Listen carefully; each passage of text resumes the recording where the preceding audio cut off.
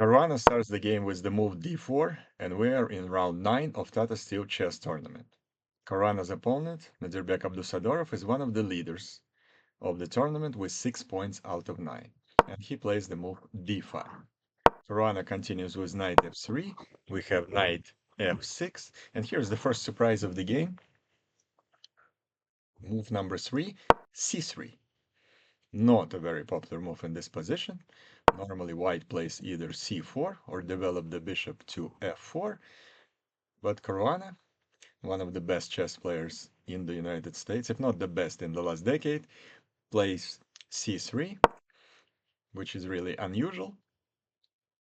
And Nadirbek Abdusadorov answers with even more weird move, a5. That's the way he decided to answer on the unusual move c3.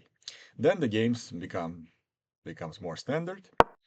Bishop develops to f4, black bishop develops to f5, knight goes to d2, h6, prophylactical move to make sure that after the castle the king has the luft on h7 escape square, and also to make sure that in some variations the bishop can go back to h7 if attacked.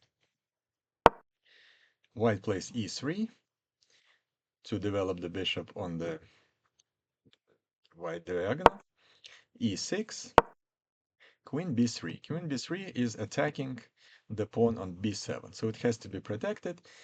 And another move that looks kind of unusual, rook a7. Before computers became part of chess, this move would have been considered very unconventional and very anti-position and wouldn't be recommended. Normally you could defend the pawn with move queen c8, for example, or even knight d7, because after queen takes b7, rook b8, you can counterattack on b2. But in modern chess, rook a7 is considered the best move. a4, blocking the a5 pawn, not allowing it to go to a4. Bishop e7, developing the bishop, bishop e2, same thing. Black continues with developing of their pieces. Knight goes on d7. White goes to h3, not allowing any pieces in some variations to go to a square g4. Also preparing an escape for its king after the castle. Nadirbek castles, Caruana castles, and black goes to c6, and now they have this pawn structure, c6, d5, e6, which is very characteristic of semi-Slav defense. Rook goes to c1, preparing the pawn break on c4. Nadirbek puts the knight on a great square on e4. Caruana doesn't want to look at that knight the whole game and immediately takes it with the knight. Bishop takes e4. Queen goes back to d1. The idea of that move is to prepare the pawn break b4, and it will happen soon. Bishop takes f3, and after exchange of the bishop, knight goes to f6, and this position is pretty even. Rook b1, preparing again b4, bishop d6, exchange of the bishop on d6, and b4. And after a takes b4, you don't want to take with the pawn, because after rook a8, black has some nice counterplay on the pawn a4. So therefore, Caruana takes it with the rook. Rook takes b4, and black plays queen e7, putting another protector for the pawn on b7, because that's the target of white's play here. After queen b3, white is putting more pressure on the weakest pawn in black's position, b7. Knight goes e8, and we can see from the moves that are made and the position on the board that white is definitely in control of the game. They're much more active. Black's pieces are passive, and basically defending their position. C4, another pawn break. In order to win this type of positions, you have to break through this C6, D5, E6 pawn chain. So C4 is natural move, exchange on C4, queen takes C4, knight D6 attacking the queen. The queen goes away to D6 and rook A8. You cannot just stand forever. You need to create some counter chances, and this is the counterplay on A file, doubling the rook, attacking the pawn on A4. White defends the pawn with the very nice move, bishop D1. Not only defends the pawn on A4, but also the bishop is transferred to the square C2, and the battery is created with potential checkmate ideas on H7. Rook goes to A5, rook B1, again putting pressure on this B7 square, so the knight from D6 cannot move because the B7 pawn would be lost. G6, that's already protecting yourself from any threats on this diagonal. Still bishop C2, rook D8. This move basically tells me that black is just standing and waiting for things to happen, waiting for white to make the first action, to start some action in this position. Queen C3, rook D7, putting another protection for this pawn on B7, and E4, another logical move, gaining space and creating a pretty monster center with D4 and E4 pawns. Rook A8, Queen C5, putting even more pressure in black position. And after rook went to D8, the best way for white to continue playing for the win here was the move E5. After this move, the knight has to go away to F5, queen takes E7, and now what's important, you cannot take the queen with the knight, because after rook takes B7, white just has an extra pawn, because the rook cannot take on D4, because the knight would be lost. So the only move would be rook takes A7, E7, and here after rook B7, exchange the rooks on B7, and knight D4, bishop goes to a central square on E4, and this position is very pleasant to play for white. It's not winning right away, but the pawn on E4, the passing pawn, is very dangerous. The C pawn is very weak, and in open positions and at the end of the game, bishops are considered slightly better than the knight.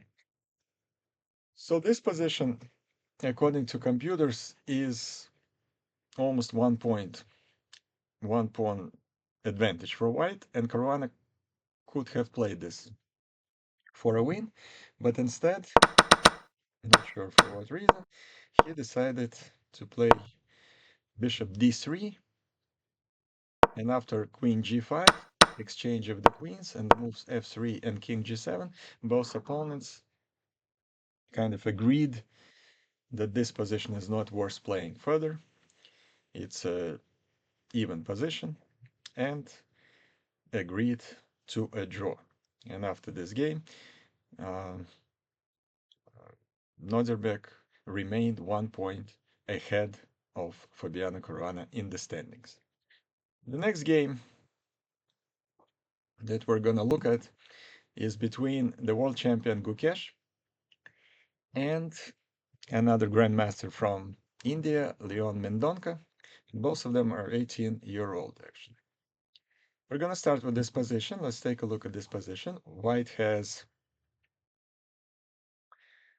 some territorial advantage, and but overall position is pretty even.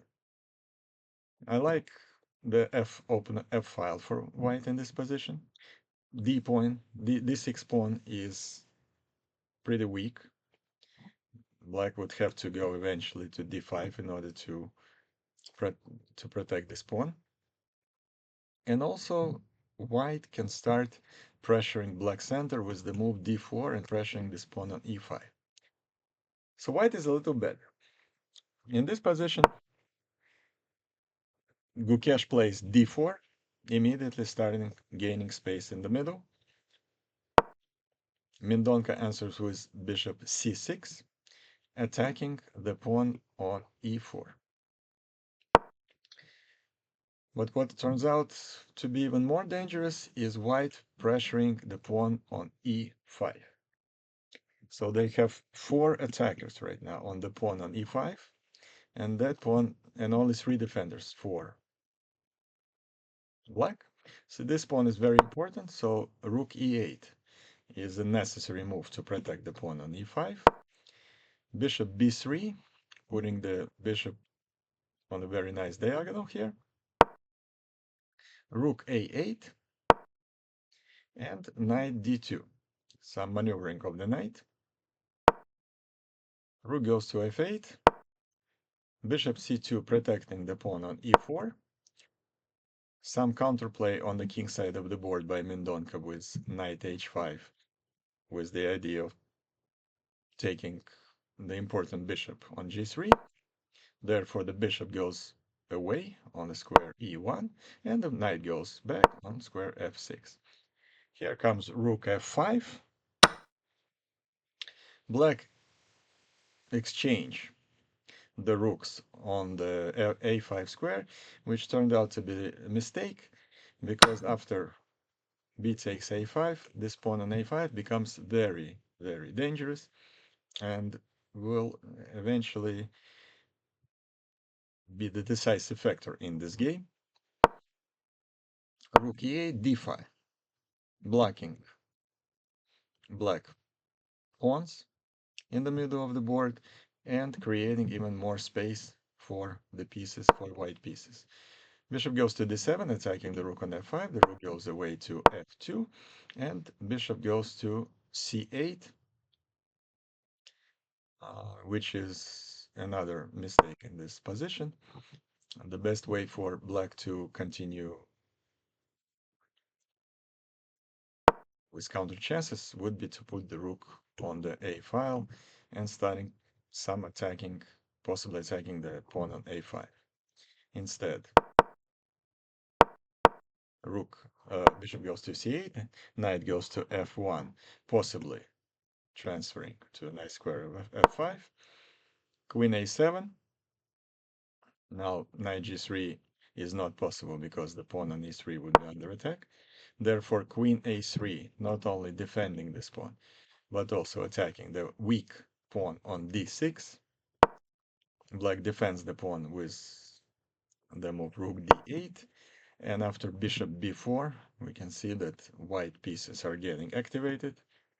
2 attackers now on the pawn on d6. Knight has to go back to e8. As we discussed in other videos, anytime the pieces go back defending, that's already a sign that something went wrong and the position is really difficult. Knight g3 with possible jumps to squares f5 or h5. Knight e7. Bishop goes to d1. Knight goes to g8. You can see that most of black pieces now on the 8th rank, where they started the game. Bishop e2. That simple maneuver of the bishop. Now asking the question how Mendonca is going to defend the pawn on b5. Queen b7, defending the pawn. Bishop d3. Knight f6. Basically, black is standing around, waiting for white to do something. And rook goes to c2, occupying a very important c file. Bishop to d7. And bishop to d7, as far as I can tell, was just a blunder of the pawn. I don't know if Mendonca forgot that the rook now is blocked from defending this pawn, or something else happened in his mind, but he blundered the pawn on d6. Now this position is already completely winning for white. Queen a7 and another pawn is lost after queen takes e5, plus the queen is very active, the knight is pinned, the pawn on a5 is dangerous passing pawn. Last resort, queen takes e3 check, and after rook f2, black resigned. So the world champion, why they resigned? One of the reasons is you cannot protect the knight on f6. It's pinned and attacked by two pieces, by the queen and the rook. The queen cannot go to b6 to protect it because there is a pawn on a5 there. And that's, you remember, the exchange of the rooks on a5, uh, even in this position. You can see that wasn't the best idea for black. So Gukesh won the game and now has 6.5 points out of 9. The next game we're going to look at is between Russian Grandmaster Vladimir Fedoseev, who is representing Slovenia, and Pentala Harikrishna, another Indian Grandmaster. The interest for chess in India right now is absolutely tremendous. They have a number, probably 10, 15 top grandmasters, and Pentala Krishna is one of them with the rating of almost 2700, which is a super GM rating. And we're going to look at this position. White has some advantage, some territorial advantage here, and they have two connected pawns on the queen side of the board. The rook on h5 looks pretty useless. The rook on h8 is also pretty useless. The knight on e7 is pretty passive, although it can go to square f5 and become activated quickly. And both kings are in the middle of the board. And in this particular position, white allows black to take the pawn on b4 with the check. And Fedoseev goes to queen c3. And it turns out that after queen c3, the rook on h5 is under attack by the bishop on e2. And now if we exchange the queens, then the weakest pawn in white's position d4 is protected by c3, and the pawn chain c3, d4, e5 becomes very strong, and this position is already winning for white due to the fact that after the rook goes away, rook b1, putting it on on an open b file, then it would be going to b7 on the 7th rank, and black would have to defend this and will not be succeeding. So Hare Krishna in this position made an absolutely brilliant decision and played rook b8. Why this decision is brilliant? Because he voluntarily gives up an exchange. And it turns out that actually after bishop takes h5 and g takes h5 and king goes to c2, knight goes to a very active square on f5, and despite the fact that black plays without an exchange in this position, black pieces are all of a sudden very active, and that makes this position even according to the computers. So the decision to sacrifice an exchange was absolutely fabulous by Indian Grandmaster. And another great point here that in this particular position, black allowed white to take the pawn on c6 with a check. And it turns out that this is a mistake. And Fedoseev didn't go for it. So queen takes c6. So why is this a mistake? Because after king d8, all of a sudden, there is no answer for the move rook c8, winning white queen. The queen doesn't have many moves. So let's say if it goes to a6, then the pawn on b2 is falling. And white is going to get checkmated in about 5 moves in this position. So therefore, you cannot take the pawn on c6 with a check. which is very important in this position. So goes to d1. Knight takes the pawn on h4. Now, knight was attacking both pawns, so this pawn is more important, it has to be protected. So therefore, rook d1, knight takes h4. Rook goes to a3, and knight just returns to f5, and this position is totally even. Now, you can already take on c6. After king d8, you have the move rook c3. So that's why it went first on a3, because now you could take on c6. So after rook c3, white allows black to take on b2, and the king goes to the middle of the board, which is not a problem apparently here, because there are no checks. So the king is not in danger. And here's the critical moment of the whole game. In this particular position, black had a brilliant move, knight takes d4. Knight takes d4, and that move led to a draw.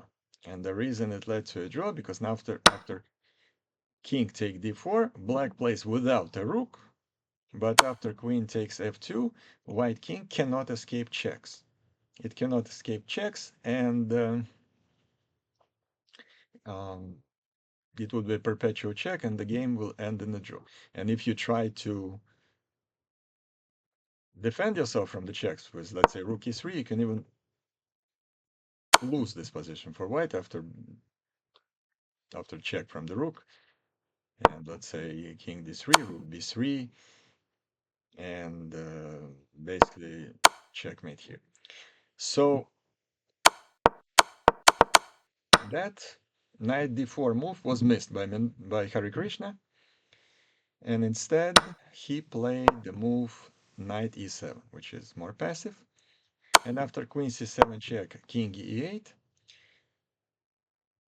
rook went to c1. The only side that playing for a win here is white. And here comes another big mistake by Hare Krishna. Rook d8. That allows white to take the pawn on a7, but they're not in a rush to do that. First, they want to protect the pawn on f2 with the move king e3. Very subtle move, actually, in this position. Black goes g6. Fedosеев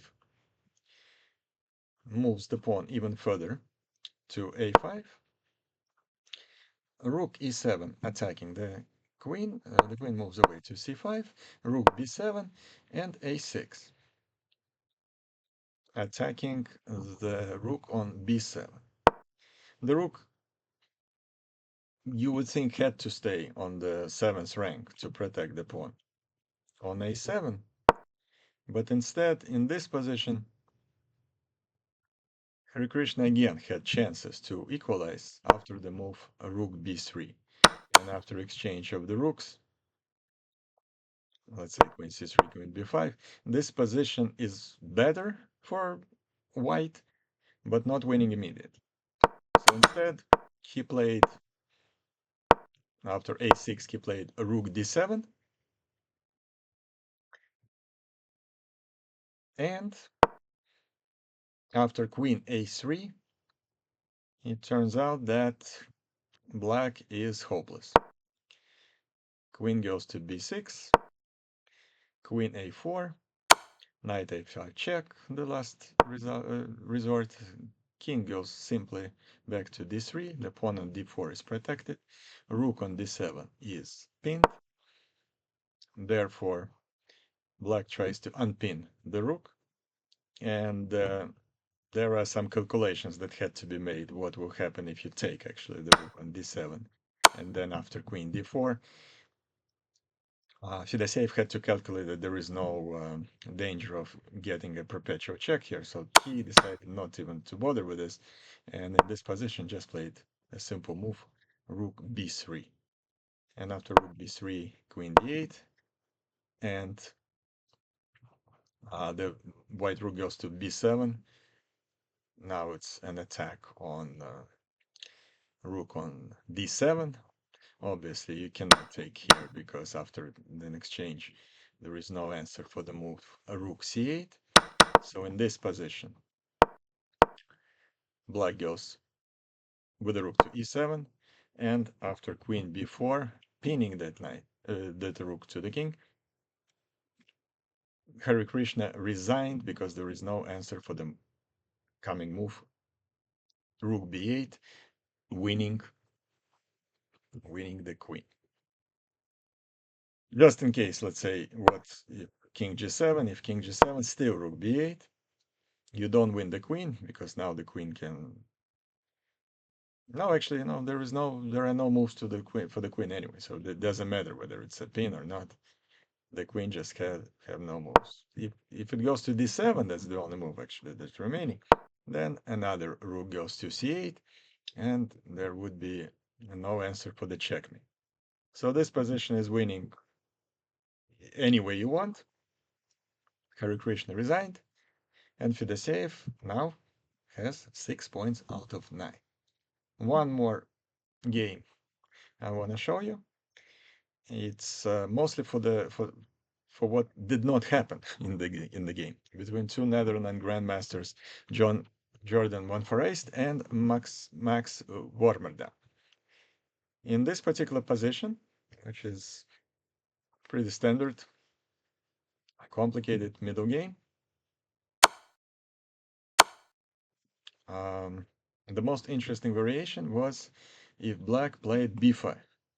So if black played b5, that would lead to an interesting variation starting with the move e5, attacking the bishop and the rook. So the best move for black, pretty much the only move to save their position, is bishop c5.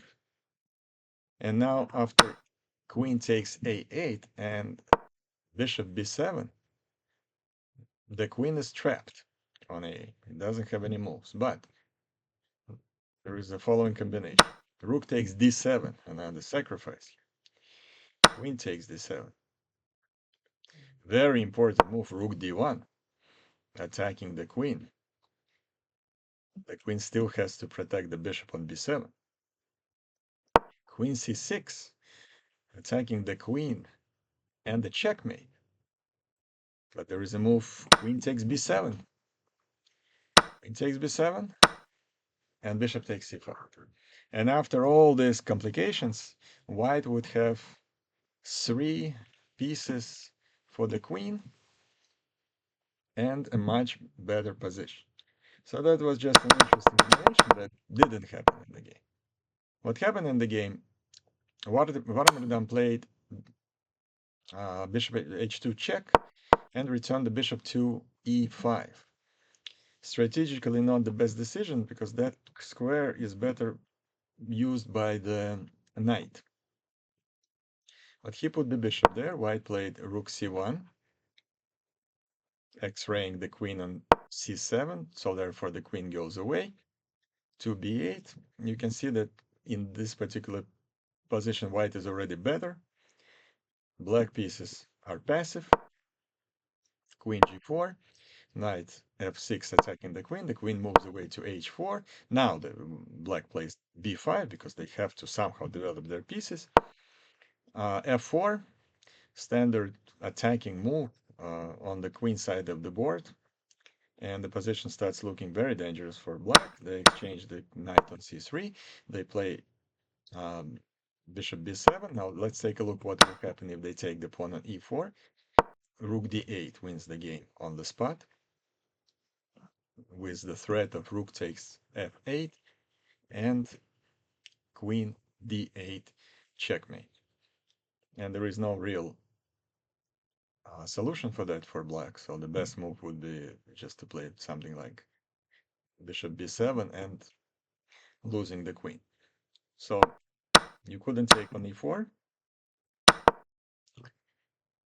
White plays activates the bishop on d4, now putting 2 attackers on the knight on f6. Knight now takes the pawn on e4 and attacking the rook on c3. White do not care about this. They continue to activate their pieces. Bishop e5 attacking the queen. Uh, Knight takes c3. And what's interesting here that if um, White takes the queen on b8, then Vardardam would take the rook here, and the bishop is under attack, so it moves away. And this particular position, two rooks against the queen, is actually equal. And equal is only because White has great active bishops. Normally, two rooks and an extra pawn against the queen would be better for black. So therefore, after knight takes c3, White takes the pawn on c3. The best way for White to play for the win would have been the move rook d7. The reason this move is so strong, because it creates some ideas on square g7. So let's say the queen is under attack. So let's say the queen goes away to, let's say, square c8. After queen g5, there is no way to defend yourself from a checkmate. Because f6, here's the rook here, and the queen, so there's still a checkmate. And if it's g6, then queen goes to f6, and you cannot protect yourself from a checkmate either. So rook d7 was the best continuation, and White had a winning position. Instead, what's sad for Van Foreest, that in this particular position, all he had to do is just to think. If he thought for 5-10 minutes, he would find the rook d7 move, I'm sure. But instead, he spent seconds on his next move and took the knight with the pawn on c3. And after queen e8, this position already even, because there is no move rook d7.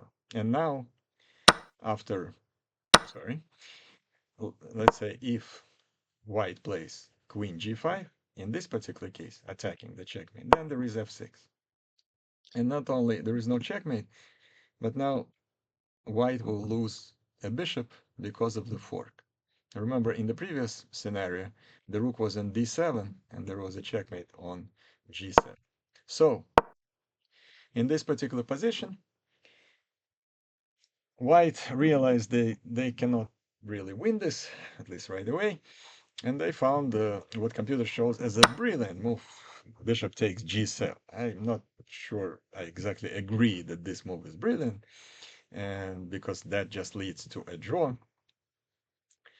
And this position without this move is even, and you can just play it the way it is, and still would be difficult for black to win this, to capitalize on their extra exchange in this position. But bishop takes g7, it's an immediate draw, and the reason being, it's a perpetual check. King has to take on g7,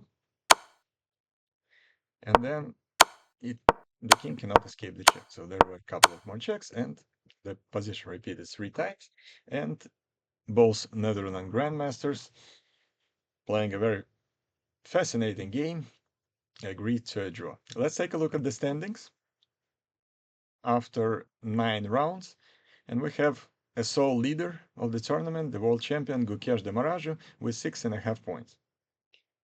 Nodirbek Abusador from Uzbekistan and now Vladimir Fedoseev from Slovenia have 6 points, followed by Pragnananda Ramesh Babu from India 5.5, and 3 players with 5 points, including American Grandmaster Fabiana Caruana. Next round is tomorrow, round 10. We have only 4 rounds remaining, so all the best chess is still ahead of us, I'm sure. And until then, thank you for watching.